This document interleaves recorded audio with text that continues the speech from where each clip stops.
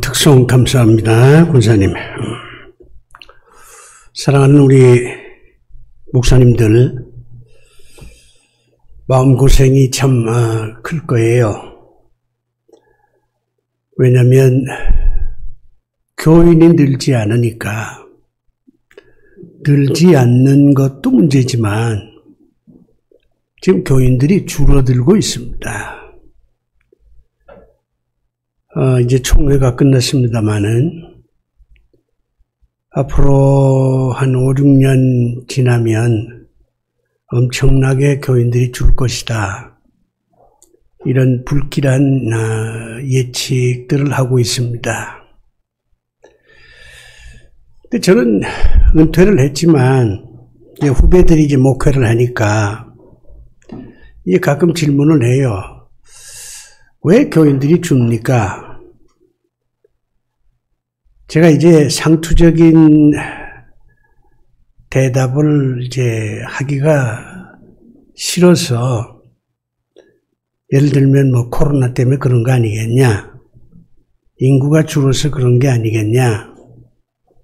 세상이 개인주의화 되니까 그런 게 아니겠냐?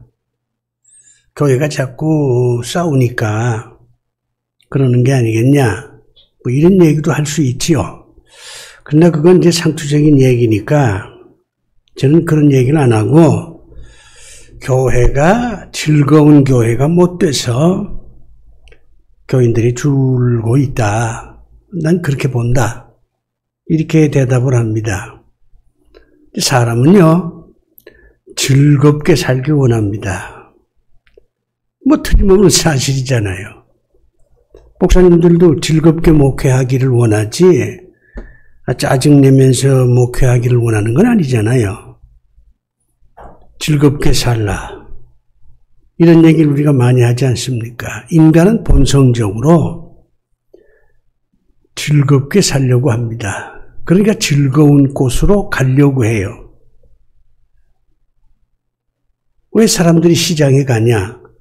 시장이 즐겁거든요. 가서 뭐 무슨 물건을 사지 않더라도 시장 돌아다니는 그 자체가 즐거워요. 왜 극장에 갑니까? 그 영화 보는 게 즐겁거든요. 왜 연애를 합니까? 즐거우니까 연애를 하죠. 사람은 본성적으로 즐거운 것을 좋아하고 그래서 즐거운 곳으로 가려고 하는 겁니다. 근데 이상하게도 교회가 즐거운 교회가 되질 못해요. 그러니까 교회 가봐야 뭐 즐겁지도 않은데, 물론 믿음 있는 사람은 즐겁지 않아도 하나님께 내가 예배를 드려야 된다, 이런 생각을 하니까 좀 짜증나는 게 있어도 그래도 교인으로서 책임을 다해야지, 이런 생각을 하고 교회에 가요. 그러나 그건 믿음 있는 사람들이고, 그 지경까지 믿음이 없는 사람은 교회가 즐겁지 않으면 가려고 안 해요. 한국 교회가 이렇게 점점 무너지는 이유는 여러 가지가 있지만, 교회가 즐거운 교회가 되질 못해서 이런 현상이 생긴다. 저는 그렇게 진단을 해요. 근데 이제 성경을 보면요, 사람들이 많이 모인 데가 있어요. 예수님이 설교할 때 사람들이 많이 모였어요. 예수님이 배고픈 사람한테 빵 주고 고기 주고 할 때 또 사람들이 많이 모였어요. 예수님이 병 고친다 그러니까 그거 구경하려고 사람들이 많이 모였어요. 어쨌든 예수님이 있는 곳에서는 사람들이 많이 모였습니다. 뭐 동원한 것도 아니에요. 뭐 예수님 당시에 무슨 구역회가 있습니까? 무슨 권사회가 있습니까? 오라가라. 예수님이 그렇게 말씀 안 했어요.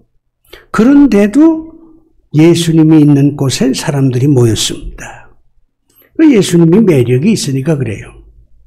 예수님이 하는 것이 신기하기도 하고 또 즐겁거든요. 배고픈데 빵 주니까 즐겁지요. 고기 주니까 즐겁지요. 또 기적처럼 죽은 사람 살려내지, 문둥병 환자 고쳐내지. 그걸 보니까 그 보는 사람도 즐겁잖아요. 그러니까 예수님이 있는 곳은 즐거운 곳입니다. 그리고 또 하나, 오늘 본문의 이 혼인잔치에 사람들이 많이 모였어요. 결혼식에 사람들이 많이 모였다는 겁니다. 처음에는 그 신랑 신부 혼주가 한 200명쯤 오겠지, 이렇게 예상을 해서 포도주를 준비를 했어요. 그런데 예상 외에 사람들이 너무나 많이 온 거예요. 200명 예상했는데 400명이 온 거야. 그러니까 이제 포도주가 떨어졌단 말이에요. 그래서 이 결혼식장이 이제 웅성웅성하기 시작을 한 겁니다. 그럴 때에 이제 예수님께서 포도주를 새로 만들어서 그 예식장에 있는 사람들한테 잘 대접을 했다. 그래서 이 결혼식이 아주 정말 즐거운 결혼식이 됐다 하는 그런 내용이 오늘 본문 내용입니다.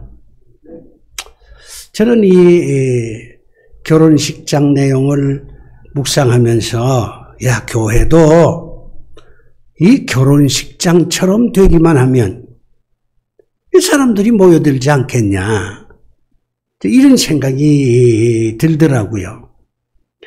자, 이 결혼식장에 손님들이 많이 모였습니다. 그러면 왜 많이 모였을까요? 여러 목사님들 자녀들 결혼시켜 보셔서 알겠지만 축하하는 분들이 생각보다 적게 올 때도 있고 예상한 만큼 오실 때도 있고 어떤 때는 너무 많이 와서 어려움을 겪을 때도 있었을 겁니다. 이 결혼식이 왜 이렇게 풍성해졌냐, 사람들이 많이 모였냐, 그 원인이 뭘까? 이걸 우리가 한번 생각해 봅시다. 본문에는 그 내용이 없습니다. 근데 목사님들이 성경을 볼 때 성경에 나와 있는 문자만 가지고서 성경을 이해하려고 그러면 속에 숨어 있는 참된 하나님의 말씀의 의미를 알지를 못합니다. 겉에 드러난 의미를 통해서 속에 숨겨져 있는 뜻을 찾아내야 비로소 설교가 설교다운 그런 설교가 될 수가 있는 겁니다. 오늘 이건 본문 아무리 읽어봐도 이러이러한 이유 때문에 손님들이 많이 모였다, 그런 얘기는 없잖아요. 그러나 우리가 상식적으로 가만히 생각을 해보면 저는 이 결혼식에 사람들이 많이 모인 이유가 두 가지가 있다고 생각을 해요. 하나는 신랑 신부 부모님이 평소에 다른 집안의 결혼식장에 많이 참여했기 때문에 이제 그분들도 우리 아들 결혼식 할 때 그분이 왔는데 이제 그분 아들이 결혼한다는데 이번엔 내가 답례로 가야지, 이렇게 해서 많이 올 수도 있고, 그 다음에 이제 이 신랑 신부 아버지 어머니가 주변 사람들하고 좋은 인간관계를 맺어서 동네 사람들하고 아주 친하게 지내서 아는 사람이 많아서 또는 나름대로 유명한 사람이 되어서 그 사람 그 아들이 결혼한대? 그럼 내가 가봐야지. 내가 그 사람 아는 사람인데, 그 사람이 평소에 나한테 잘했는데 내가 가봐야지. 이렇게 생각해서 많은 사람들이 이 결혼식에 참여했다, 이렇게 해석할 수가 있습니다. 신랑 신부 아버지 어머니의 삶을 보고 축하하러 많은 하객들이 갔다, 이렇게 해석을 할 수가 있어요. 당연하죠. 또 하나는 이 결혼식이라고 하는 게 그냥 예식만 하고 끝나는 게 아니잖아요. 결혼식 끝나면 피로연이라는 게 있습니다. 그러면은 이제 오래간만에 만난 친구라든가 아는 사람들이 다 이제 앉아가지고 같이 식사를 하면서 오늘 본문 보니까 포도주도 마셨다 그러는데 이렇게 이제 포도주 마시면서 이제 친교를 했을 거 아니에요. 아니, 그동안 잘 있었냐. 사실 이 결혼식의 핵심은 여기에 있습니다. 신랑 신부 아버지한테 와서 축하합니다 하는 거는 그저 한 30초면 끝나요. 그리고 그 접수하는 데 가서 내 이름으로 봉투 하나 드리면 그걸로 끝나는 거야. 그런데 예식이 끝난 다음에 가까운 사람들끼리 모여서 식사하면서 이런저런 얘기하는 게 훨씬 시간이 길어요. 그리고 사람들이 그거를 더 즐겨합니다. 그러면 많은 사람들이 이 결혼식에 참석했다고 하는 것은 결혼식 끝나고 난 다음에 좋은 음식을 먹을 수 있을 것이다. 그 집은 좀 살만한 집이니까 틀림없이 맛있는 거 많이 내놨을 것이다. 포도주도 마시고 싶은 대로 마실 수 있을 것이다. 이런 생각을 이제 축하객들이 한단 말이에요. 그러니까 봉투를 내고 그 다음에 맛있는 음식을 먹을 수 있다는 기대가 있다는 겁니다. 기대가 있어서 그 결혼식에 많은 사람들이 모여든 거죠. 그런데 그 기대가 깨졌어. 포도주가 떨어졌어. 그러니까 사람들이 이거 뭐야 이거? 이 결혼식 끝나고 나서 말이야 이거 맛있는 음식 먹고 포도주도 한잔 할 줄 알았는데 포도주가 떨어져 없다? 그러니까 거기 참석한 축하객들이 불만을 얘기하는 겁니다. 이런 결혼식이 있나? 이따오 결혼식이 있나? 이렇게 중얼중얼 거리기 시작을 했다 그 말입니다. 만약에 포도주도 떨어지지 않고 맛있는 음식이 계속 나왔다면 거기 하객들이 야 정말 결혼식에 참석해서 잘 먹고 간다. 기분 좋다. 이 결혼식은 정말 멋진 결혼식이다. 그렇게 칭찬했을 거 아니에요. 그러니까 이 결혼식에 사람들이 많이 모인 것은 첫째는 신랑 신부 부모님이 인간관계를 많이 했고 훌륭했다는 점. 두 번째는 맛있는 음식을 먹을 수 있다는 기대가 있었다는 점. 이 두 가지 때문에 많은 사람들이 이 결혼식에 참석을 한 겁니다. 너무너무 사람들이 많이 모여서 이래 문제가 생길 정도야. 그러면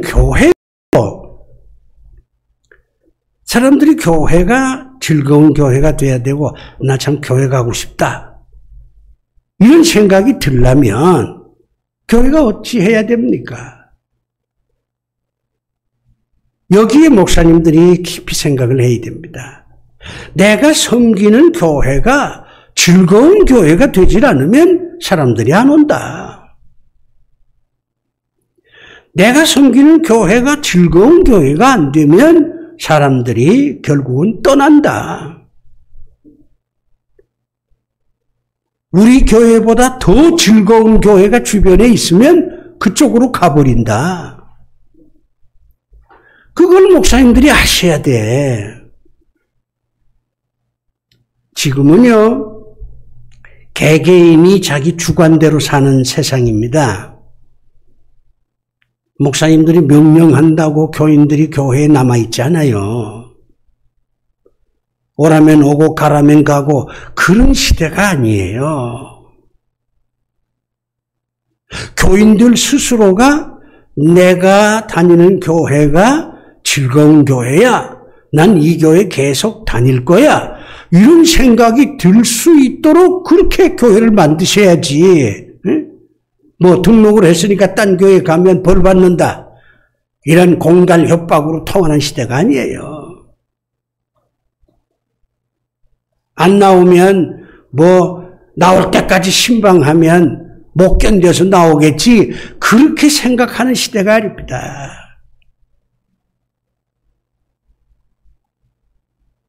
교인 스스로가 내가 다니는 교회는 즐거운 교회다. 이런 생각이 들 수 있도록 여러분들이 교회를 만들어 가야 교인들이 모여들기도 하고 등록을 하면 신앙생활도 잘하고 딴 교회로 가지를 않아. 이 목사님들이 이걸 아셔야 돼.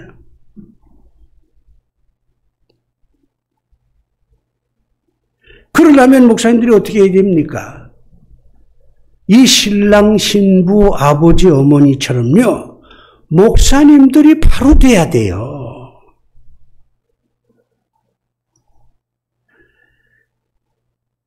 교인들한테 미움받고 동네 사람들한테 미움받으면 목사님들이 섬기는 교회는 즐거운 교회가 될 수가 없습니다.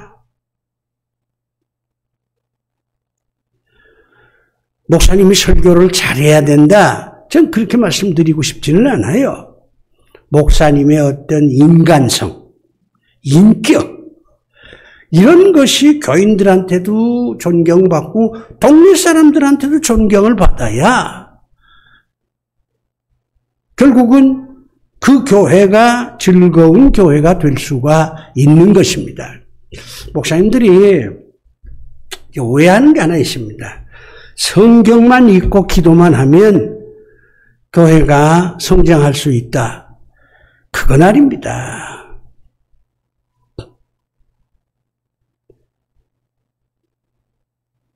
성경 읽고 기도하는 거는 그건 기본이에요.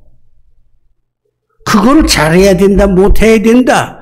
이거는 우리 목사들한테는 해당이 안 됩니다. 이건 기본이에요. 그거는 마땅히 우리가 해야 되는데 동시에 우리가 해야 될 일은 많은 사람들을 만나는 겁니다. 저는 이거 교회를 개척할 때 기도하고 성경 읽는 건 기본으로 했지만 그것보다 더 제가 신경을 쓴 거는 사람들을 만나는 겁니다. 일단 출근하잖아요. 출근하면 월요일날은 쉬는 날이니까 화, 수, 목, 금, 토요일은 또 주일 준비를 해야 되니까 빼고 화요일날 하고 목요일날은 일단 출근하고 나면 동네를 돌아다닙니다. 동네를 돌아다니면서 사람들을 많이 만나요. 바카스 같은 것도 오늘은 이 약국에서 사고 내일은 저 약국에서 사고. 왜? 그렇게 해야 그 약사하고 서로 알 수가 있잖아요. 바카스 사면서 저 부활교회 목사입니다. 바카스 하나 주세요. 그렇게 얘기하는 거예요. 그냥 바카스 주세요. 그렇게 안 해요. 나를 알리는 거죠. 음식점에 가서 그렇고. 그러니까 일주일에 2번은 사람을 만납니다.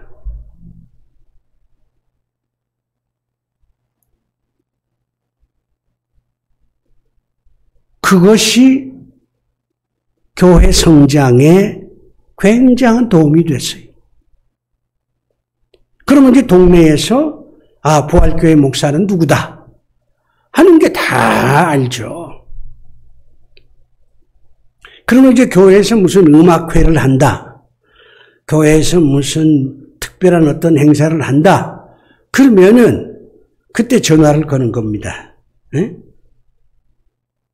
약사한테 약사님 우리 교회에 이번에 음악회 하는데 약사님 한번 좀 오십시오.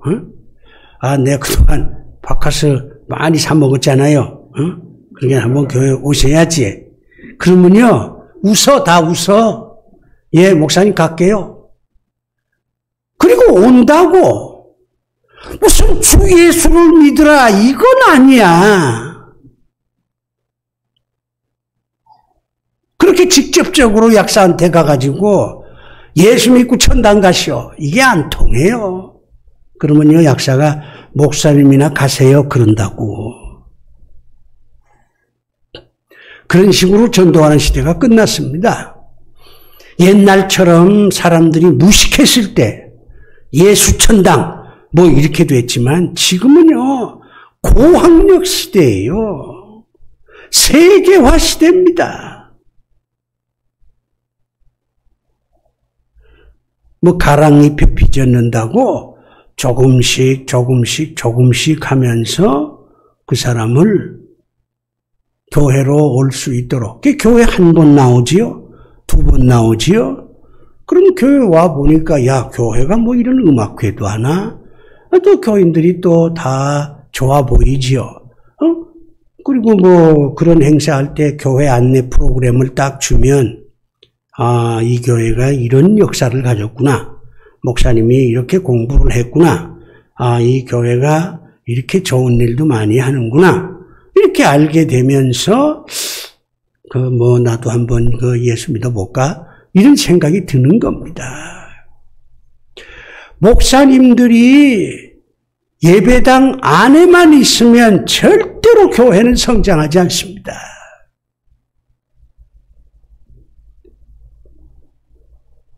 사람을 만나러 돌아다녀야 돼. 사람을 많이 알아야 돼. 그래야 초청하면 오지. 그런데 우리 목사님들은 본인은 그냥 사무실에만 앉고 교인들 보고 음악회 하는데 사람 데리고 오라고. 그러면 교인들이 말은 안 하지만 침묵이 무서운 언어입니다. 우리 보고 사람 데려오라고 난리인데 목사님 왜 사람 데려오지 못해? 이렇게 한다니까.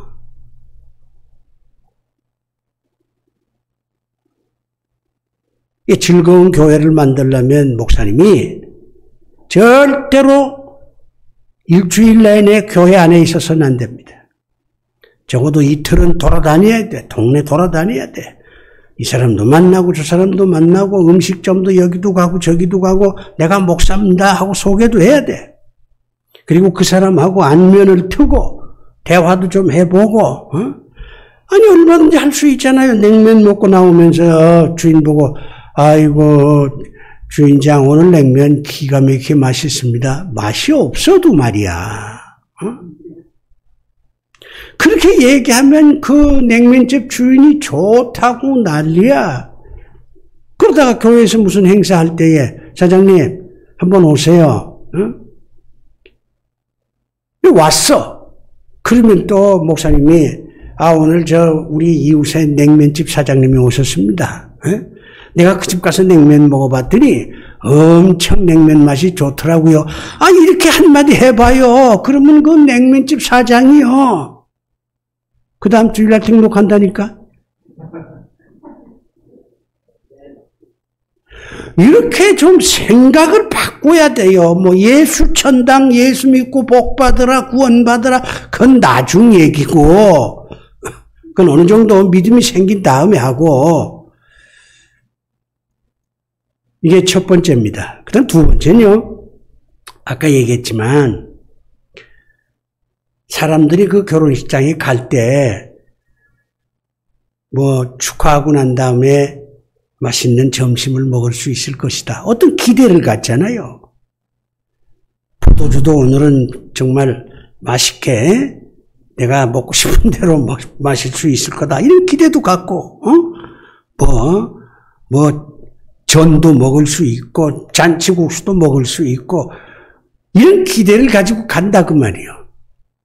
마찬가지로 교인들이 교회에 올 때 뭔가 기대감을 갖고 올 수 있도록 해야 되는 거예요. 교회 가봐야 도움되는 게 하나도 없어. 재미있는 게 하나도 없어. 그러면 옵니까? 안 와요. 우리 목사님들은 어디에 착각을 하냐면 믿음이 있으면 온다 이거야. 그 말은 맞지. 근데 그 지경까지 믿음이 아직 없는데 믿음 없는 사람들한테 믿음을 가져라. 믿음이 무슨 물건이에요? 목사님이 던져주는 물건이야? 믿음을 가지려면요 상당한 시간이 흘러가야 돼요.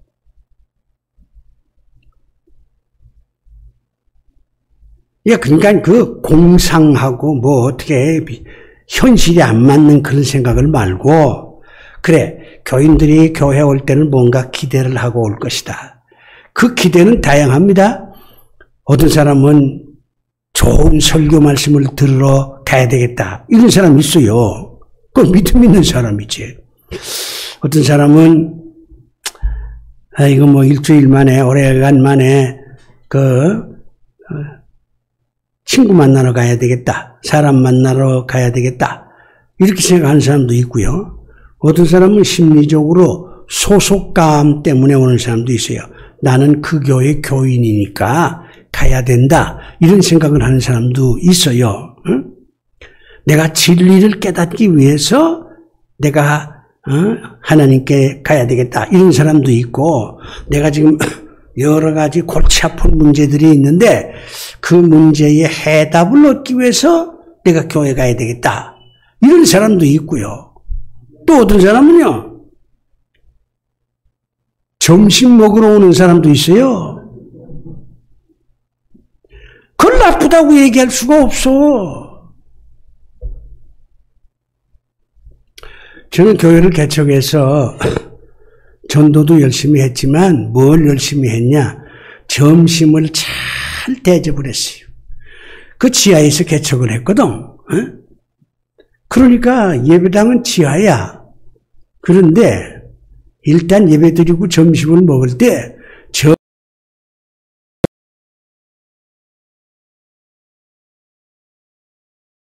점심 잘 먹는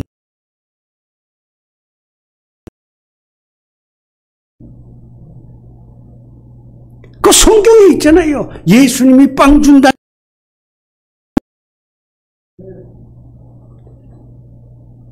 그러니까 금방 소문이 나더라고. 너무 돈이 많이 듭니다. 목사님 좀 줄입시다. 그러기에 내가 그런 소리 하지 말어. 그 점심 대접하는 게 전도야. 이 교인들이 교회 갈 땐 뭐 즐거운 게 있어야지. 가봐야 짜증만 나. 그러면 누가 교회 오겠냐고.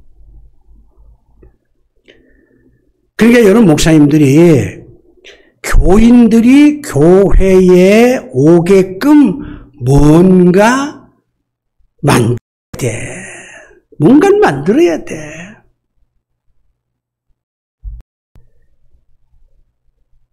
다 돈하고 연결되어 있지만 나는 다른 데는 돈을 좀 적고 점심 잘 대접하는데 하는 게 오히려 낫지 않나. 경험이야. 내가 그래서 성공했으니까. 잠깐 설교를 하시든가. 목사교가 정말 내 심령 골수를 쪼갠다. 목사님 설교를 들으니까 내 인생의 문제가 해결되더라. 그러면 내가 목사님 설교를 가야지. 그러면 오지 말라.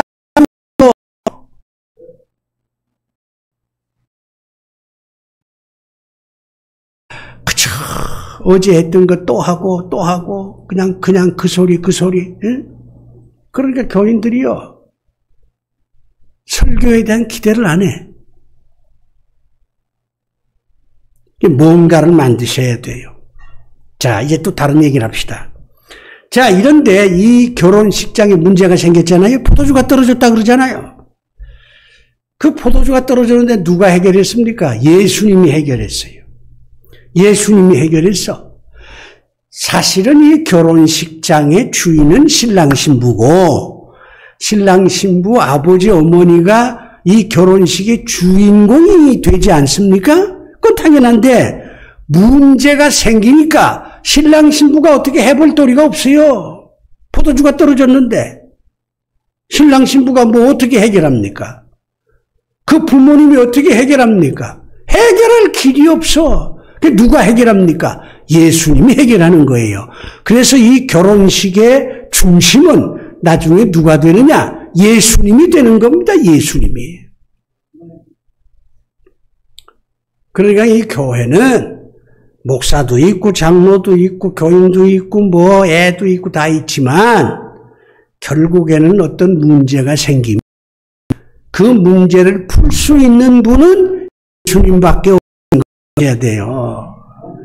아니 목사님들이 무슨 재주로 교회 문제를 해결합니까? 목사님들이 해결하려고 하면 할수록 더 꼬여요. 문제가 생기면 그것을 해결할 수 있는 분은 예수님밖에 없어요. 예수님 방법이야. 그럼 예수님은 어떻게 했습니까? 예수님 어머니가 거기 계셨거든요. 예수님 어머니가 보니까 이게 딱하거든. 참 문제가 생겼어. 딱해. 그러니까 이제 예수님한테 가서 아들아 그랬는지 예수님 그랬는지 성경에 안 나와 있으니까 이게 큰일 났다. 이게 포도주가 떨어져서 이 난리인데 이거를 해결할 사람 너밖에 없어. 네가 좀 해결해 다오. 그러니까 예수님이요. 예, 어머니 걱정 마세요. 그렇게 얘기 안 합니다. 어머니 아직은 내 때가 안 됐어요. 거절을 해. 그래도 이 어머니는 야 그래도 이 결혼식이 말이야 이거 큰일 났지 않냐. 재차 어머니가 부탁을 하니까 예수님께서 전 그러면 제가 하겠습니다. 이렇게 해서 하인들 불러가지고 저기 빈 항아리 있잖아. 저기다가 물을 부어. 그러니까 물을 부었잖아요. 다 붓고 난 다음에 이제는 포도주로 변했을 테니까 저걸 갖다 줘. 그래가지고 문제가 해결된 거 아닙니까? 여기서 중요한 교훈을 목사님들이 얻으셔야 됩니다. 즐거운 교회를 만들려면 예수님께 우리 교회를 즐거운 교회로 만들어 주세요 하고 간청하는 사람이 있어야 됩니다. 예수님 어머니가 지금 예수님한테 와가지고 야 이거 자식이 말이야 즐거워야 될 텐데 지금 포도 떨어져 이 난리 아니냐. 그러니까 좀 도와줘야지 이렇게 했잖아요. 예수님 우리 교회를 즐거운 교회로 만들어 주세요. 이렇게 얘기하는 사람이 교회 안에 있어야 돼요. 그래야 예수님이 나서지. 누가 뭐 예수님한테 와서 예수님 우리 교회가 지금 짜증나는 교회가 됐고 불만이 가득 찬 교회가 됐는데 이거 좀 즐거운 교회를 좀 만들어 주세요. 이렇게 부탁하는 사람이 없는데 예수님이 나섭니까? 예수님은 부탁을 해야 나서요. 그 다음에 이제 예수님께서 하인들 보고 야 저기 저 항아리에 물을 갖다 줘. 부어. 그러니까 하인들이 잔소리 안 하고 물을 갖다 부었잖아요. 예수님 말씀에 순종하는 사람이 있어야 좋은 교회가 되는 겁니다. 이제 마지막입니다. 자, 그러면 목사님들 부터 이렇게 해보세요. 교인들 가운데 뭐 권사 모여라, 무슨 장로 모여라, 안수집사 모여라 그렇게 교회 안에 계급화시키지 말고 우리 교회가 즐거운 교회가 돼야 되는데 즐거운 교회가 되게 해달라고 주님께 간절히 부탁할 사람, 그런 사람 어느 날 어느 저녁 몇 시에 모이시오. 그러면 뭐 장로님도 올 거고 권사님도 올 거고 또 뭐 안 와도 상관없어. 평교인들이 올 거 아니에요. 5명이 모였다 그럽시다. 5명 낙심할 거 없어요. 예수님도 처음에는 3명 가지고 시작을 했어. 5명이 딱 모이면 목사님이 또 성경을 읽고 설교하고 그러지 말고 딱 모이면 우리 다 같이 우리 교회를 위해서 합시다. 즐거운 교회가 되게 해달라고 우리가 주님께 하나님께 성령님께 기도합시다.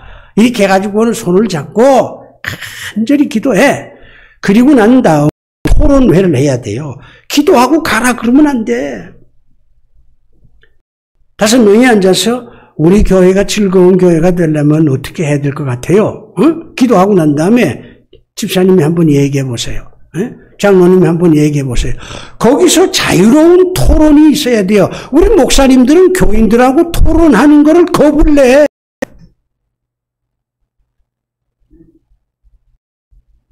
혹시나 이제 교인들 가운데 목사님이 요거 좀 고치셔야 됩니다. 그런 말 할까봐 겁이 생겨가지고는 벌써 교인들하고 문제를 오픈해서 털어놓고 토론을 안 해. 하려고는 안 해.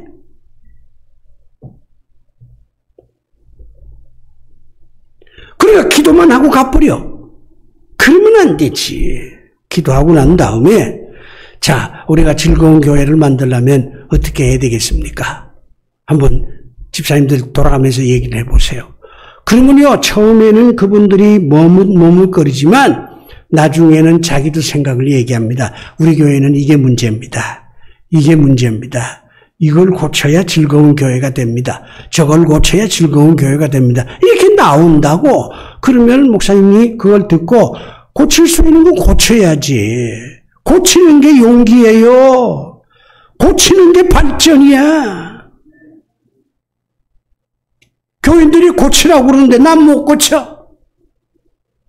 이렇게 되면 안 되는 거예요. 그 가운데 이제 당장 못 고치는 것도 있어요. 교회 여건이 여의치 못하면 야, 집사님들 그거 고치라고 그러는데 참 좋은 말씀이지만 그러나 아직 우리 형편이 이러니까 그거는 1년 후에 고칩시다.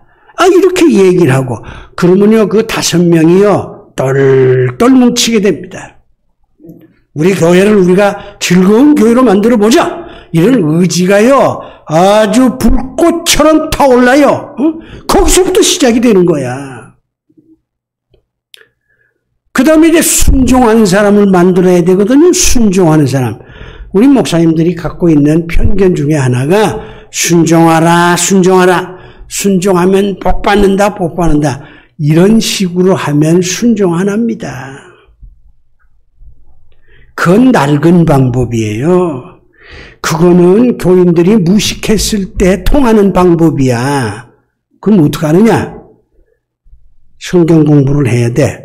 성경 공부를 하는데 무슨 어떤 교재 갖다 놓고 이런 성경 공부 좀 그만두고 지금 순종하는 사람을 만들어내는 거잖아요.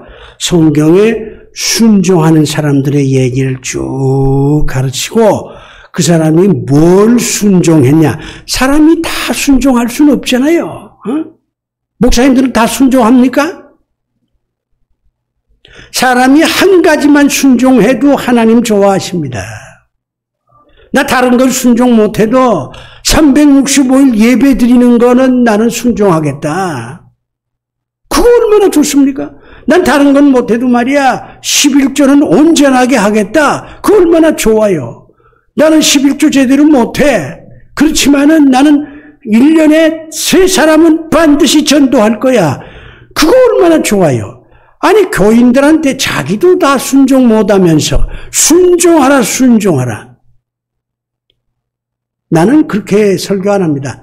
하나만 제대로 하세요. 하나만. 그리고 순종하면 복을 받잖아요. 순종해서 복 받는 것을 성경을 통해서 쭉 가르치는 거예요. 그럼 사람들이 내가 다 순종은 못해도 요거 하나만 순종을 제대로 하면 하나님께로부터 이런 복을 받는구나. 이걸 깨달아요. 그러면 그거는 순종하려 그런다니까. 다른 건 못해도. 하나 순종하지. 그 다음엔 2 순종해. 그 다음엔 3 순종해. 근데 첫 판부터 10까지 다 순종하라. 누가 합니까? 목사도 못하는데. 자, 이제 결론을 내립시다. 즐거운 교회가 안 되면 교회는 무너집니다. 그걸 목사님들이 아셔야 돼요. 목사님들이 아무리 성경이 있고 기도해도 교회가 즐거운 교회가 안 되면 교회는 서서히 무너집니다. 제발 좀 정신 차리시고 그 옛날 방법 버리고 즐거운 교회를 만들자. 여기에 한번 좀 꽂혀서 여러분이 섬기는 교회가 즐거운 교회가 되기를 진심으로 바랍니다. 기도합시다.